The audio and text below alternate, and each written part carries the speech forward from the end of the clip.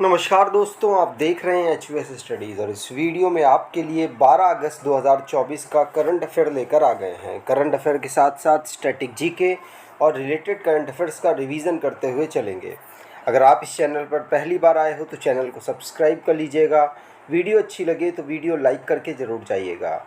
Last में आपके लिए क्विज़ रखा है, उस क्विज़ को ज़रूर सॉल्व कीजिएगा। चलिए बात करते हैं लास्ट डे के क्विज़ की। लास्ट डे आपसे क्वेश्चन पूछा गया था, Which exercise did the Indian Army recently conduct in Ladakh? तो लद्दाख में भारतीय सेना ने कौन सा अभ्यास किया है?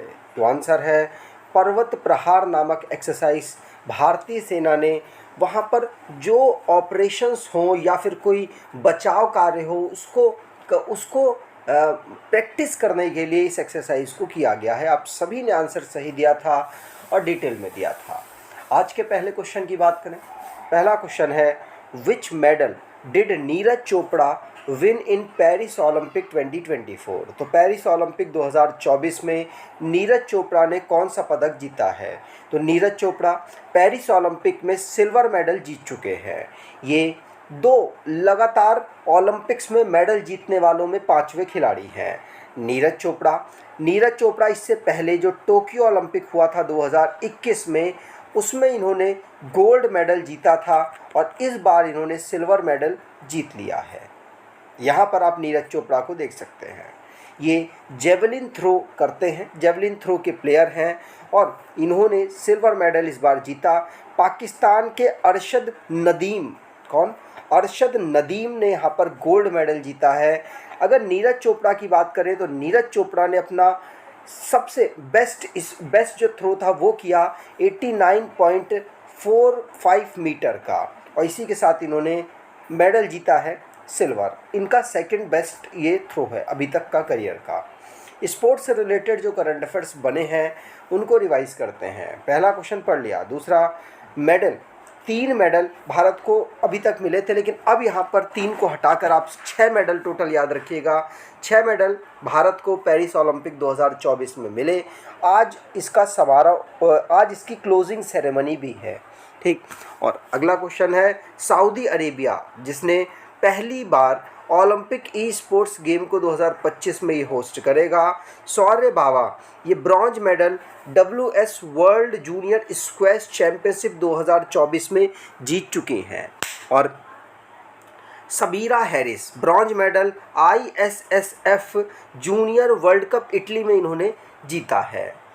गगन नारंग मैरी कॉम की जगह चेफ डी मिशन ओलंपिक 2024 के लिए ये चुने गए हैं। मैरी कॉम यहाँ पर इनको कुछ मेडिकल इश्यूज़ थे जिसकी वजह से अब यहाँ पर ये नहीं जाएंगी।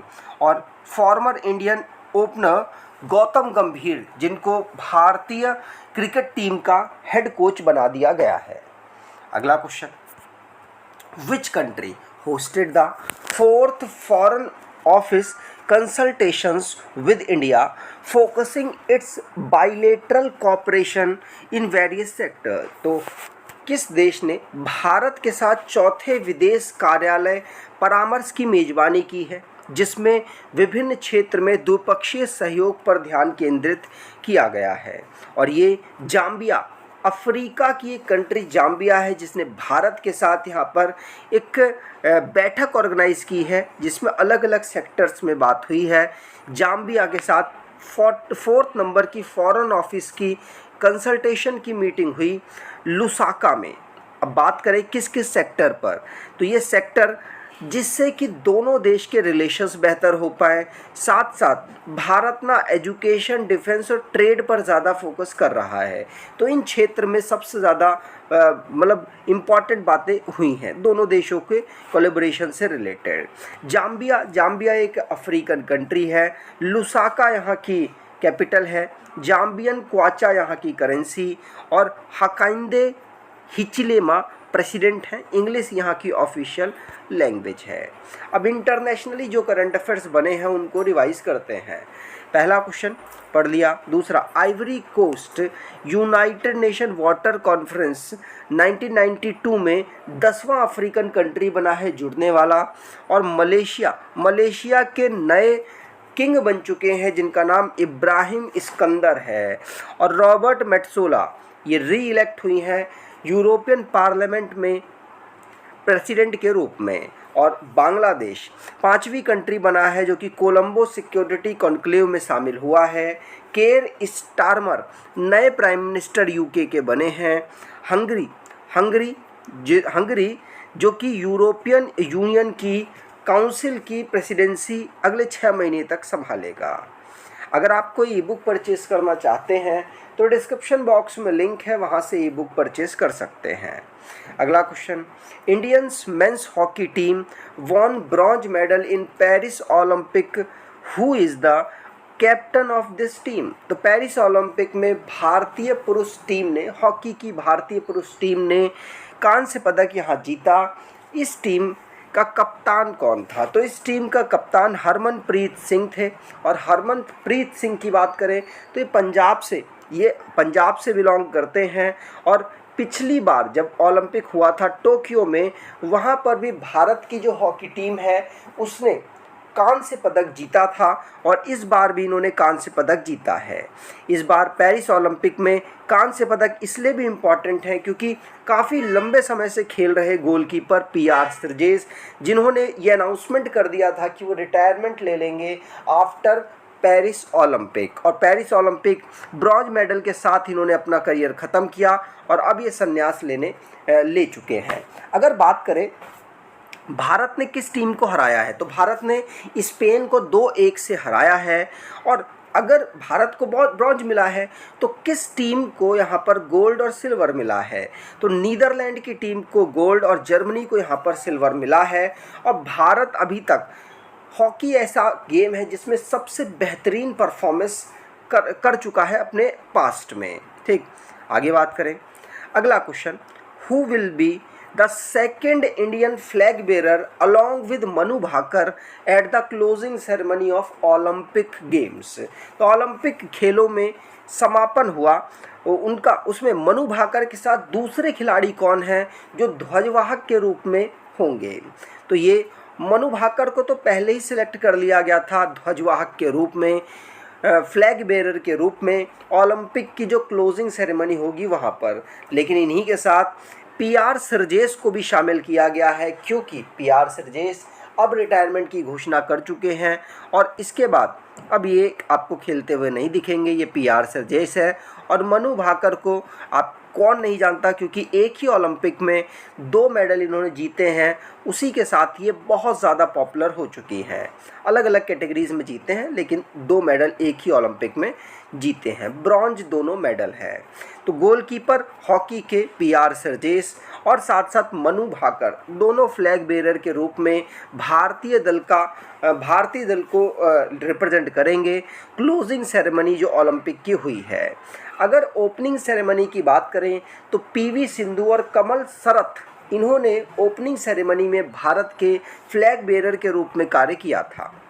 अगला question, which Indian state will replace good morning with Jai Hind in its school starting August 15। तो कौन सा भारतीय राज्य 15 अगस्त से अपने स्कूलों में गुड मॉर्निंग के स्थान पर जय हिंद लिखेगा? तो गुड मॉर्निंग के स्थान पर जय हिंद हरियाणा राज्य ने अनाउंस किया है कि अब उनके राज्य में 15 अगस्त के बाद गुड मॉर्निंग की जगह जय हिंद लिखा जाएगा। ठीक, और जय हिंद की बात करें तो जय हिंद नेताजी सुभाष चंद्र बोस जी के द्वारा बोला गया, और उन्हीं के द्वारा बोले जाने के बाद ये बहुत ज़्यादा पॉपुलर में आ गया, और अधिकतर भारतीय लोग जय हिंद का इस्तेमाल करते हैं, जय हिंद बोलते हैं। अगला question, recently which state government has approved logistic policy 2024 to create 5 lakh job opportunities। तो हाल ही में किस राज्य सरकार ने 5 लाख रोजगार के अवसर पैदा करने के लिए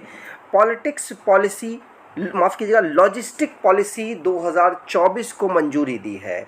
तो ये महाराष्ट्र के द्वारा मंजूरी दी गई है। महाराष्ट्र सरकार अपने यहाँ पर रोज़गार को बेहतर करने के लिए अलग अलग स्टेप्स उठा रही है, उसी में ये भी एक स्टेप है। उन्होंने अपने यहाँ की लॉजिस्टिक पॉलिसी 2024 को रिप्रेजेंट किया है, जिसमें कोशिश की जाएगी कि नई 5 लाख जॉब्स क्रिएट हों।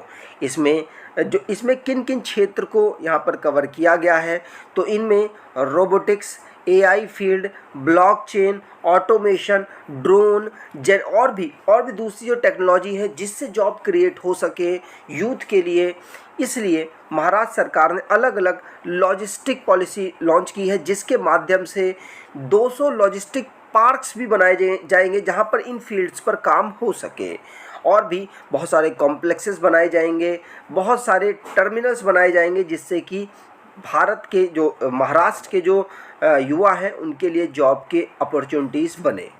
अगला क्वेश्चन, और अभी हाल ही में इन्होंने जो लड़के हैं जो 12th डिप्लोमा और साथ साथ ग्रेजुएट हैं उनको फाइनेंशियल सपोर्ट देने के लिए कुछ पैसे भी अनाउंस किए हैं। अगला question, Reserve Bank of India has increase the UPI payment limit from ₹1 lakh to how much. तो अभी तक आप देखते थे कि जब आपको पैसा पे करना होता था 1 लाख रुपया, तो आप आसानी से यूपीआई से पे कर देते थे, लेकिन अगर आपको 2 लाख करने होते थे, अगर आप बैंक नहीं जाना चाहते या बैंक बहुत दूर होता था, तो आपको 2 बार में वो पैसे पे करने होते थे यूपीआई के माध्यम से। मतलब एक दिन आप करेंगे, फिर उसके बाद 24 घंटे बाद आप दूसरा पेमेंट कर पाते थे। लेकिन अब क्या होगा, अब आरबीआई ने यूपीआई पेमेंट के माध्यम से लिमिट को बढ़ा दिया है और 1 लाख से बढ़ाकर अब 5 लाख कर दिया गया है। मतलब अगर आप यूपीआई से भुगतान करना चाहते हैं किसी को, तो अब आप 5 लाख तक मैक्सिमम 5 लाख तक आप पेमेंट कर सकते हैं एक दिन के अंतराल में। ठीक। आरबीआई ने अभी रिसेंटली में यूपीआई को और बेहतर करने के लिए, यूपीआई का जो यूज़ है उसको कंज्यूमर के बेनिफिट के लिए यहाँ पर 1 लाख से 5 लाख तक की इसकी लिमिट कर दी है। मतलब 1 लाख पहले आप कर पाते थे मैक्सिमम, अब आप 5 लाख एक दिन में पेमेंट कर पाएंगे। मॉनेटरी पॉलिसी की जो मीटिंग हुई उसमें ही ये डिसीजन लिया गया है। अगला question, lake तुर्काना recently seen in news is located in which country. तो हाल ही में खबरों में रहा तुर्काना झील किस देश में स्थित है। तो तुर्काना झील ये केनिया में स्थित है और चर्चाओं में क्यों रही, क्योंकि जो तुर्काना झील है, ये आप देख सकते हैं तुर्काना झील, ये इसमें साइंटिस्ट ना सर्वे करने वाले हैं, इसीलिए चर्चाओं में रही। इसकी बात करें तो ये डेजर्ट की लेक, परमानेंट डेजर्ट लेक है और वर्ल्ड की लार्जेस्ट परमानेंट डेजर्ट लेक है और अफ्रीका की 4th लार्जेस्ट लेक है, जो अभी चर्चाओं में रही है क्योंकि साइंटिस्ट वहाँ पर सर्वे वगैरह करेंगे। यूनेस्को की वर्ल्ड हेरिटेज साइट में भी इसको शामिल किया हुआ है। केन्या जिसकी कैपिटल नैरोबी है, विलियम रूटो यहाँ के प्रेसिडेंट, करेंसी केनियन शिलिंग है। अगला question, which day is observed as the International Day of Indigenous People. तो किस देश को अंतर्राष्ट्रीय स्वदेशी दिवस के रूप में मनाया जाएगा। आंसर है मनाया जाता है, आंसर है हम ये 9 अगस्त को अंतर्राष्ट्रीय स्वदेशी दिवस के रूप में ऑब्जर्व करते हैं। 9 अगस्त 1995 से international Day of Indigenous people हम ऑब्जर्व कर रहे हैं। इसकी theme protecting the rights of Indigenous people in voluntary isolation and initial contact रखी गई है। आगे आज लास्ट डे के करंट अफेयर्स को रिवाइज करें तो पर्वत प्रहार नामक एक्सरसाइज भारतीय आर्मी ने लद्दाख में ऑर्गेनाइज की, जिससे कि अगर सुदूर जैसे इलाकों में आर्मी को ज़रूरत पड़ जाए किसी एक्शन की तो वो आसानी से ले पाए, उनके पास ऑलरेडी एक्सपीरियंस रहे। और बेस्ट टूरिज्म विलेज अभी रिकॉग्नाइज किए गए हैं 35 विलेजेस को। रिलायंस इंडस्ट्रीज़ फॉर्च्यून ग्लोबल 500 की लिस्ट में भारतीय कंपनियों में पहले पायदान पर थी, वैसे इसकी रैंक 86 थी। वॉलमार्ट यहाँ पर फर्स्ट पोजीशन पर ओवरऑल रही है। इंडिया कावा वुमेंस वॉलीबॉल नेशनल लीग 2024 को जीत चुकी है नेपाल को हराकर। और वफ्त क्या है, वफ्त ये एक प्रॉपर्टी डेडिकेटेड है जो गॉड के लिए या किसी रिलीजन के लिए या चैरिटेबल पर्पस के लिए, उससे रिलेटेड वफ्त है। 6.50 आरबीआई ने अभी अपनी जो रेपो रेट है उसको रखा है। और झारखंड राज्य ने उपस्थिति पोर्टल हेल्थ डिपार्टमेंट एम्प्लॉयज़ के लिए अभी रिसेंटली में लॉन्च किया, ऑनलाइन माध्यम से अब इनके अटेंडेंस होगी। नागालैंड पहला राज्य बन गया है जिसने disaster risk transfer parametric insurance solution SBI के साथ मिलकर यहाँ साइन अप किया है। वेस्ट बंगाल के चीफ मिनिस्टर रहे बुद्धदेव भट्टाचार्य, ये अभी इनका हाल ही में निधन हो गया। चाइना ने अपने 1000 सेल्स सैटेलाइट्स को लॉन्च किया है जिससे कि वो स्पेसएक्स स्टारलिंक को यहाँ पर compete कर सके। आज के क्विज की बात करें तो Indian men's hockey team won bronze medal in Paris Olympic 2024। Who is the captain of this team? तो पेरिस ओलंपिक में भारतीय पुरुष टीम ने कांस्य पदक जीता है। इस टीम के कप्तान कौन हैं? कमेंट बॉक्स में डिटेल में आंसर दीजिएगा। अगर आपको ये वीडियो अच्छी लगी है तो आपसे अनुरोध करूँगा वीडियो को लाइक कर दीजिएगा, चैनल को सब्सक्राइब कर लीजिएगा। धन्यवाद।